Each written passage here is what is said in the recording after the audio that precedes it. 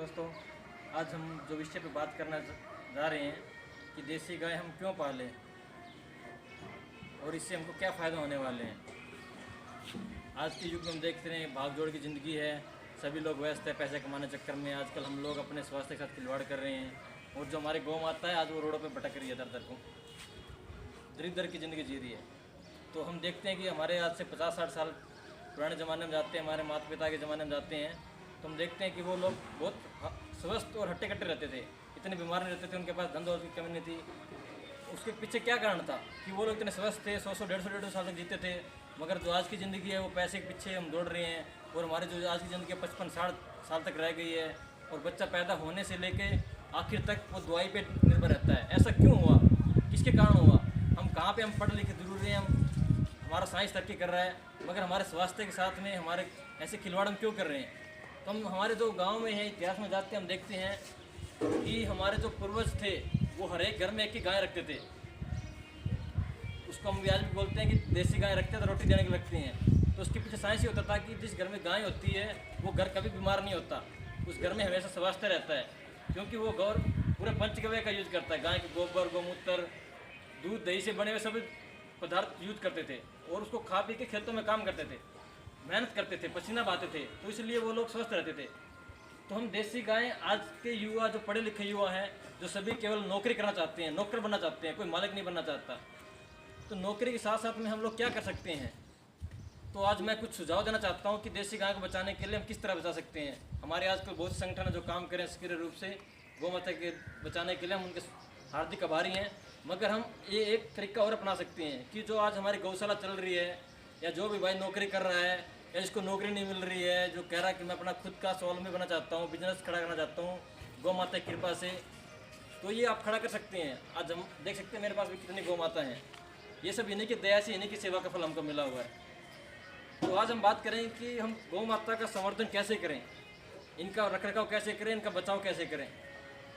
तो जितने भी आज मेरा पहला सुझाव है अपने नौजवान साथियों से कि आज नौकरी चक्कर में ना पड़ के अगर गौ पालन करें तो उससे आप अच्छे से इनकम ले सकते हैं, अर्निंग कर सकते हैं, अच्छा प्रॉफिट इनसे कमा सकते हैं। तो संवर्धन का मतलब होता है गाय के जो अपनी नस्ल है उसको उच्च और अच्छी से अच्छी उसको गुणवत्ता प्रदान करना। तो हम उसमें किस प्रकार गुणवत्ता प्रदान कर सकते हैं? देखिए, ये हमारी जैसे हरियाणा नस्ल की गाय है, मैं मोस्टली हरियाणा नस्ल पे काम कर रहा हूँ, पिछले 2 साल से काम कर रहा हूँ। मेरे पास साहिवाल भी है, राठी भी है, थारपारकर भी है।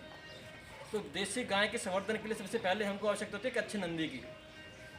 एक अच्छा नंदी हम कैसे तैयार कर सकते हैं? जैसे हमारे एरिया में है, हम हरियाणा से है, कोई राजस्थान से, कोई पंजाब से, कोई यूपी से, कोई महाराष्ट्र से है, तो जिस भी एरिया की गाय है आप सबसे पहले उस गाय को बचाएं, ना कि किसी दूध के चक्कर में किसी एचएफ जर्सी या किसी दूसरे अन्य राज्यों की गाय पर निर्भर रहे। सबसे पहले अपने राज्य की गाय का संवर्धन करें, जो भी है। जैसे हरियाणा की हरियाणा है, राजस्थान की राठी है, साहिवाल है, थारपारकर है, कांकरेज है, पंजाब में जाते हैं साहिवाल है, महाराष्ट्र में जाते हैं खिल्लार है, देवनी है, डांगी है। जैसे हर एक राज्य की वैसे अलग नस्ल होती है। हर नस्ल के अंदर 10% ऐसी गाय मिलेगी आपको जो अच्छा दुधारू गाय होती है। अब उन 10% गायों में से चुन चुन के अपने एरिया में जितने भी अगर कोई इकट्ठा करें, उनके जो नंदी होते हैं ना, अच्छी गाय दुधारू 10% गायों की, उनके अच्छे नंदी पालें, उनका संवर्धन करें और उन्हीं से फिर आगे अपनी नस्ल है उसको बढ़ावा दें। तो जो लोग नौकरी कर रहे हैं तो उनसे मेरी हाथ जोड़ के विनती है कि आप नौकरी करें। इसमें कोई दुराई नहीं है कि आज के युग में पैसे की बहुत आवश्यकता है आपके लालन पालने के लिए, बच्चों के पालने के लिए।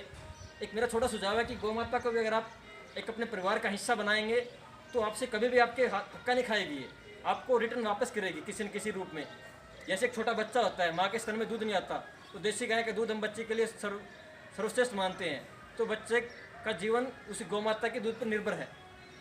तो हम देख सकते हैं कि जो लोग नौकरी कर रहे हैं, अगर वो दिन में 300 रुपये भी कमाता है मिनिमम, एक घर में 2 बंदे भी कमा रहे हैं, तो मैक्सिमम ज़्यादा से ज़्यादा गाय 200 रुपये का खाना खा सकती है पर डे में। ज़्यादा बोल रहा हूँ आपको मैं।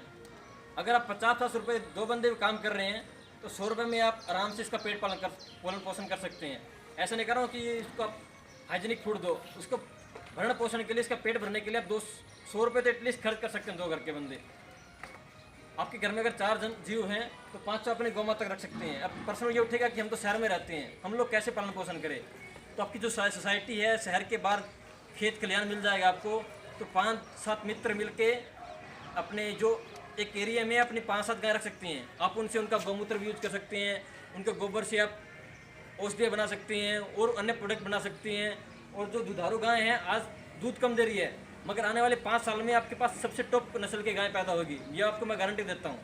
खाली 4-5 साल आपको काम करने की जरूरत है, क्योंकि अगर आपके पास एक अच्छी नस्ल का एक नंदी मिल गया आपको, तो वो आपको अच्छी से अच्छी नस्ल की गुणवत्ता की दुधारू बछड़ियाँ देगा, दुधारू साथ में सुंदर भी देगा। देखिए ये मेरे थारपारकर बछड़ी है, साहिवाल है। अगर आप इनको 100% अच्छे बुल का सीमेंट यूज करते हैं तो इनमें और भी आपको शुद्धता मिलेगी, आपको अच्छी नस्ल मिलेगी।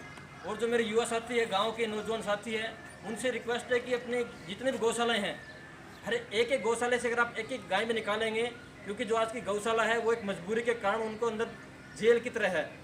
मैं समझ चाहूँगा ये वर्ड यूज करते हुए, मगर वो जेल की तरह बेचारी एक जीवन जी रही है। इतनी हज़ारों की लाखों की संख्या में गाय वहाँ पे रह रही है। एक तो पहले हम घर में रहते हैं, एक दूसरी जगह जाते हैं, उसमें बहुत फ़र्क आता है। अगर एक भी किसान अगर घर में 6 जीव हैं तो एक भैंस भी पाल रहे हैं हम, कटड़े की जगह एक जोटे की जगह एक अपनी गौ माता रख सकते हैं। वो आपको कोई मुसीबत आएगी तो भी आपको उससे छुटकारा दिलाने में गौ माता आपका 100% सहयोग करती है। कोई मुसीबत आती है उसको पहले ही जागृत कर देती है कि आपको मुसीबत आने वाली है। और कितना खाती है आपको, मैक्सिमम एक हरा छाबड़ी खाएगी देसी गाय हमारी जो होती है। तो मेरी हाथ जोड़ के विनती है कि एक गाय अवश्य आप सभी किसान भाई एक अपने घर में पालें, एक गौशाला से अपने एक गाय लेके आएँ। इसी तरह से गाय का संवर्धन करें। एक गाय में एक खागड़ रखें अच्छी नस्ल का। अगर आप शहर में रह रहे हैं तो शहर के लोग अपने हिसाब से मैनेजमेंट करें उसका। एक गाँव में एक अच्छा नस्ल, हालांकि हमको पता है कि अच्छे नस्ल के नंदी आजकल बहुत कम मात्रा में मिलते हैं, जो मिलते हैं तो अच्छा जर्सी मिलते हैं। तो अगर एक अच्छा नंदी अगर एक गांव में रखे तो आपकी नस्ल सुधार सकता है। अगले 3 साल में आपके पास सबसे अच्छी नस्ल की उच्च गुणवत्ता की देसी गाय आपके पास हो सकती है। और दूसरा एक मेरी अपने गोरक्षक दल भाई हैं, सरकार है, उनसे विनती है जितने भी आजकल एचएफ जर्सी हैं जो रोड पे घूम रहे हैं, अगर इनका नसबंदी कर दिया जाए तो इनकी नस्ल आगे नहीं बढ़ेगी। क्योंकि आजकल हम देखते हैं जो एचएफ जर्सी है रोड पे कहीं कोई गाड़ी जा रही है, कोई भैंस जा रही है, कोई कटड़ा जा रहा है उसके ऊपर चढ़ जाता है, कोई स्कूटर खड़ा है, कोई बाइक खड़ा है उसके ऊपर चढ़ जाता है। तो उससे आजकल क्या होता है कि जो अपने युवा पीढ़ी है वो एचएफ जर्सी का दूध पीती है, तो जो दूध पिएगी वही उनके दिमाग में घुसेगा। क्योंकि आप एक एचएफ को जो जर्सी होता है विदेशी बुल होते हैं उसकी दिमाग को देखिए, वो हमेशा गर्म रहता है, हमेशा वो सेक्स करने के चक्कर में रहता है। तो आजकल जैसे जो भी अपनी युवा पीढ़ी है वो एचएफ जर्सी का दूध या सूखा दूध पी के हैं, उनकी हालत ऐसी हो गई कि हर समय आजकल उतावले रहते हैं, इतने कामयाब नहीं हैं। हर कोई कहता है कि बेरोजगार हैं, उनके दिमाग में अलग अलग तरह की टेंशन चलती रहती है, उनका दिमाग कहीं और रहता है, काम कहीं और करते हैं, इसीलिए सफल नहीं पाते। तो जैसे कहते हैं कि हरियाणा में कहावत है कि जैसा खाए अन्न वैसा हो मन। तो अब एचएफ का दूध पियोगे तो आपका दिमाग वैसा ही राक्षस जैसा ही होएगा। अगर गौ माता का दूध पियोगे तो आपका दिमाग में शीतलता, शांत स्वभाव रहेगा। अगर आपके घर में गाय है तो आप अच्छे से 2 पैसे आपके पास कम भी है तो भी आप अपने परिवार के साथ में अच्छे से संतुष्ट रह के पालन पोषण कर सकते हैं। पैसा ज़रूरी है मगर सबसे ज़रूरी नहीं है। सबसे ज़रूरी अगर आपका शांत दिमाग है तो आप ज़िंदगी में कुछ भी हासिल कर सकते हैं।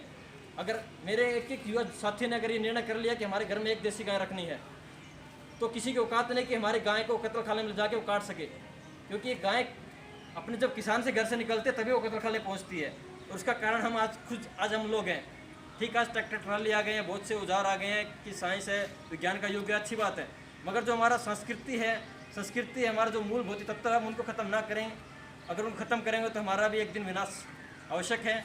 तो मेरी सभी युवा साथियों से, मेरे नौजवान दोस्तों से, नौकरी करने वाले लोगों से, नेताओं लोगों से हाथ जोड़ के विनती है कि अपने पास एक घर में अगर एक देसी गाय रखेंगे तो हमारे देश का उद्धार अवश्य होएगा।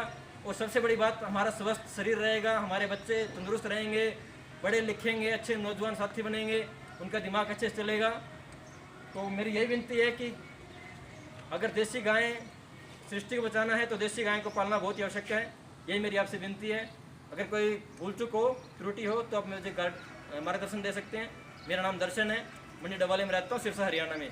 मेरा नंबर है 9728044316, 9728844316। दूसरा नंबर है 8168146977, 81 681 46977, 40977। धन्यवाद। जय श्री राम। वंदे मातरम।